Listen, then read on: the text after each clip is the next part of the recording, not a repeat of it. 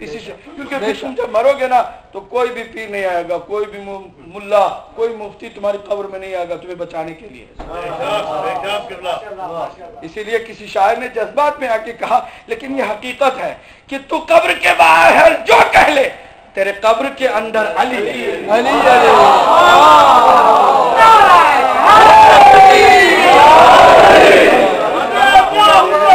حسین یا حسین، حسین شہنشاہ، حسین بادشاہ، حسین دیپنا، حسین معجزہ، حسین انقلاب، حسین یا حسین یا حسین یا حسین یا علی یا علی یا علی یا علی مدد حق ہے۔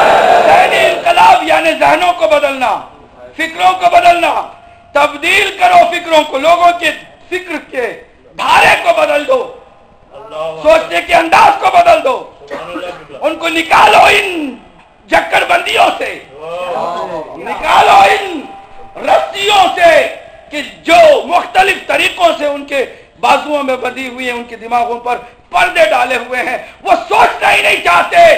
آج بھی بڑے بڑے پڑھے لکھے ان کی آنکھوں پر مضبوط کالی پٹیاں بندھی ہوئی ہیں کہ کچھ بھی ہو جائے ہم صحابہ کے بارے میں کچھ نہیں کر سکتے۔ بھئی قرآن تو اپنے ہی بھیجے ہوئے نبی کی خطا کو بھی بیان کرتا ہے، حالانکہ وہ خطا نہیں ہوتی، ترک اولا، پھر بھی بیان کر دیتا ہے تاکہ کوئی یہ نہ سمجھے کہ اللہ کسی کو اپنا نمائندہ بنا کر بھیجتا ہے تو اس کی معمولی ترک اولا کو بھی چھپاتا نہیں، اللہ ظاہر کر کے بتاتا ہے کہ گائیڈنس کے لیے سب کچھ کلیئر ہونا چاہیے، سیدھا راستہ اور غلط راستہ۔ محمد وآل محمد بلند تر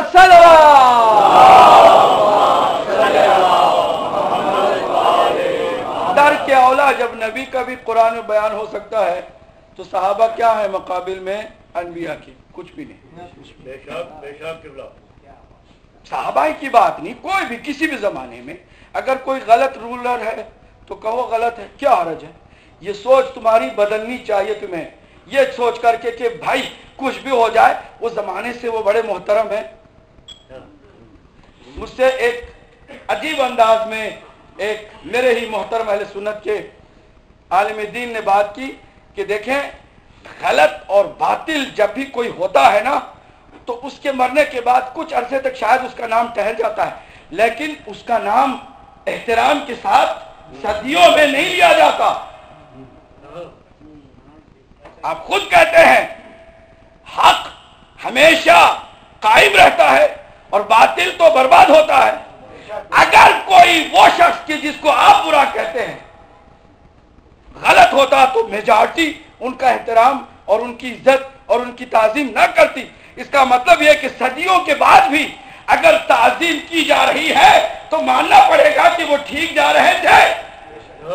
ہم نے کہا یہ بھی ایک قسم کی فکری کمزوری، اور اس کو بھی ہم آج بدل کر چھوڑیں گے۔ صدیوں میں بھی اگر کسی کا نام اچھائی کے ساتھ لیا جائے تو دلیل نہیں ہے کہ وہ اچھا ہے۔ بسم اللہ۔ آپ کہیں کیسے؟ ہم یہ کہتے ہیں کہ بھائی دنیا میں سب سے برا آپ کے خیال میں کون ہے؟ شیطان۔ آج بھی شیطان کا پورا ایک مذہب ہے، آج بھی لوگ شیطان کی پرستش کرتے ہیں، شیطان کی پرستش کرتے ہیں، ذکر بھی شیطان کا بہت ہوتا ہے۔ تو کیا ہم مان لیں کہ اچھائی سے یاد کیا جا رہا ہے شیطان تو وہ اچھا ہے؟